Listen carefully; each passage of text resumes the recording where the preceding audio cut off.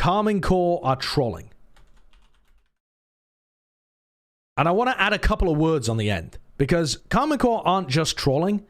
They're trolling something specifically, and I'm sure you guys saw this while they were playing. The economy. Oh my god. Karmine Corp are trolling their economy like no one I've ever seen. Like no one I've ever fucking seen. Where do these even begin? Where do these even begin? Oh, that's one. Is this one as well? Yep, this is one as well. Wait, where the fuck was I even up to? Holy shit, there's so many examples of Karmine Corp trolling the economy. Oh, yep, this is them trolling the economy again. All right, okay, we're finally back up to it. Okay. Yeah, let's close some of these tabs. Let's get rid of some of these tabs. We don't need all of these. Okay. So here's one of the things that was molding the analysts at Lock-In the most. Hypoc was losing his mind over this. His mind. And I thought that this is one of the most egregious examples of them just doing things their own weird way that is objectively worse. Now, what major lessons did we learn as a community from Lock-In? I think there are a few, right? America's is stacked. EMEA only has 2 good teams. Japan probably won't make it to Tokyo. Lotus meta still isn't solved. Also, I think one of the big things we learned was light shields are enough. Fnatic won the tournament by taking this theoretical idea that you only need light shields and that they only impact a very small percentage of rounds, and they actually impact the economy really heavily. Fnatic's economy management in terms of just buying light shields a lot of the time was one of the factors that caused them to win the tournament. The kind of prep work that they've done. I think also you can look at teams like NaVi and how they manage their economy heading into round 3, and you've just got blueprints for how to manage your economy in Valorant. The meta for economy management is evolving, but there are teams that are leading the way and showing how to do it. Karmine Corp are just whacking their heads into a brick wall and going in directly the opposite direction, and it is ridiculous what they're up to. So let me try and run you through this. So in a lot of these rounds, they've got stuff like this, where their players are buying light shield sheriffs or light shield guardians on eco rounds and fucking their economy for rifle rounds. So it's not the case that they're going like light shield on the rifle round, which is debatable. They're giving up, a rifle. They're giving up massive pieces of important utility. They are putting themselves at massive disadvantages. And if I was a French fan watching this, I'd be fucking livid. I really would, because Karmine Corp are throwing away opportunities to win games by doing this kind of stuff. So Scream buys light armor and a sheriff down to 950 on an eco round here, and if they lose this round, he gets 2,400 credits minimum, right? For a total of 3,350. He needs 3,850 in order to buy his light armor, rifle, and utility for the next round. His team's not on attack, so he has no opportunity to get spike plant money. So he needs like 3 kills. He gets none in this round, by the way. So if we fast forward, because this is just an eco round, and they get, they get 1 kill. They get 1 kill. So Scream comes into the next round, and if you look at what he goes for here, he thinks about entering the round with 1 flash and no dog. So 1 flash, no dog, light armor on Sky, right? But he actually ends up buying a guardian later on. So he has full utility. So he has full util, and then he has light armor guardian. And this shit was happening so often. And people have made allowances for this in the past and said stuff like, well, it's Scream, he's just as good with a guardian as he is with a rifle. No, he fucking isn't. No, he isn't. You can tell when he plays. You can see it in the results that he puts up. You can fucking watch him in the guardian rounds. He is not as good. He is not able to take the same amount of fights. He can't spray at all. He was really poor in this tournament in particular. But so many examples of this. Let's take an example of XMS doing the same thing, but even worse, buying down to 700 credits. And this isn't a situation where Karmine Corp have max money that they can, you know, max loss bonus or anything like that. But he's bought himself down to 700 in this situation. So he's got 3,100 after losing this round. With full utility, he could get a light armor bulldog. So you're taking the decision here to buy a sheriff in this round because you think it's plus EV compared to having a rifle rather than a bulldog in the rifle v rifle rounds. I think that's extremely suspect. Extremely suspect. Worst of all, they actually fucking won this round as well. This was the round where XMS tucked close with the sheriff, and the Guardian from Nevera was here. So it's just like they get their bad ideas reinforced because it occasionally works. But it doesn't work enough for it to be worthwhile. They throw away so many good opportunities to win the occasional bad opportunity.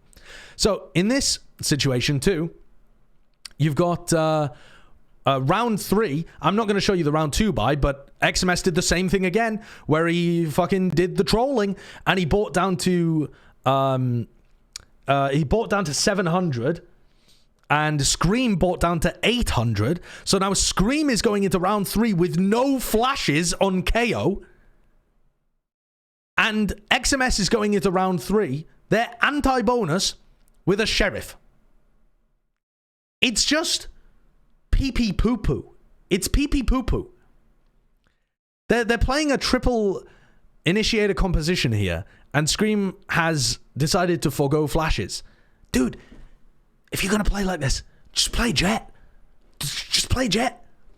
It's silly. It's very, very silly, champ. What's the next example of them fucking the economy? By the way, this isn't even all the examples of them fucking the economy up. These are just lots of examples of them fucking the economy up. What did they do here? Oh, yeah. Everybody on the team bought light armor sheriff. So Scream is 500 away from buying next round. XMS is 400 away from buying next round. Nevera is 150 away from buying next round. Shin is 400 away from buying next round for even full utility light armor rifle. So they're like 500, 400 credits away from even buying light armor rifle with full utility on the next round. They're not pulling out their calculators at all. It's fucking ridiculous. So even they actually get the plant and 3 kills in this round. And they still go into round 6 without having nade, seize, or one of their cages. At that point, guys, just force. Just force. If you're wanting to put your economy into a spot where you need 3 kills in a plant just to get a full buy, why not go for 5 kills in a plant? Why not just force into it? Yeah, it does. It literally tells you how much you get in the next round as well. I don't understand it. I don't get it. The only thing that it says to me is these players don't understand how much their utility costs on these agents because they're playing agents that they don't normally play or something. I don't know. It's really fucking weird. It doesn't make sense. So let's take a look at this again, right? They're buying down to 700, buying down. So let me just hide the overlay for a sec here. Buying down to 700, buying down to 750 in this spot too. They enter round 15. So this is them in round 14, right? After they've lost the pistol. So we'll go forward to round 15. When they lose, you know, obviously they're going to lose that round. So we'll go to the beginning of the round. What is this for a fucking anti-bonus round? What is this? Are you... it's like they're playing Let's Please Get Bonused. It's like they put a bet on themselves to be the team that loses the most anti-bonuses. They have light armor Guardian, they have Guardian full armor, and they have Sheriff full armor. What the fuck is this? What is this? They also have no Prowlers. I mean, it's just... I don't know what to say. It's unforgivable. It's embarrassing. It's embarrassingly bad to have a pro team mess up their economy this badly. I mean, what else? What fucking what else? All right, round 3 again. Another anti-bonus situation where Scream's got a Guardian, XMS has a Sheriff. Fantastic, fantastic. Round 2, everyone's decided to buy something. Everyone has a Sheriff or Sheriff Light Armor on XMS. Right? Cool. You've all bought Sheriffs round 2. All right, very cool, very cool. So you've bought down to 750 and you've bought down to 950 round 2. Okay, I'm sure that won't have any impact when it comes to round 3. I'm sure this will be fine for your anti-bonus, won't it? I'm sure this will be absolutely fine. Well, let's have a look. So going into this round 3, where they all bought Sheriffs in the previous one, they have one smoke on Navira. They're playing a double smoke composition, obviously, with New Zera, right? But Navira has one smoke. They have no Cs. They have one Prowler. They have one Cascade. They have no Nade. One Flash. They have no trips and no cages on defense. Their Cypher, who's playing one of his first games ever as Cypher, has no cages and no trips on defense. It's egregious. It's egregious. It's again, if I'm a Karmine Corp fan watching this, I'm going to be really fucking angry that my team is throwing away rounds like this. They're going to just jump the trips anyway. Yeah. That's not a good counterpoint, guys. Oh. It's really, really poor. Again, these aren't all of the examples, but in this example, Navera goes for a hero rifle, and I actually don't hate hero rifles. I think that the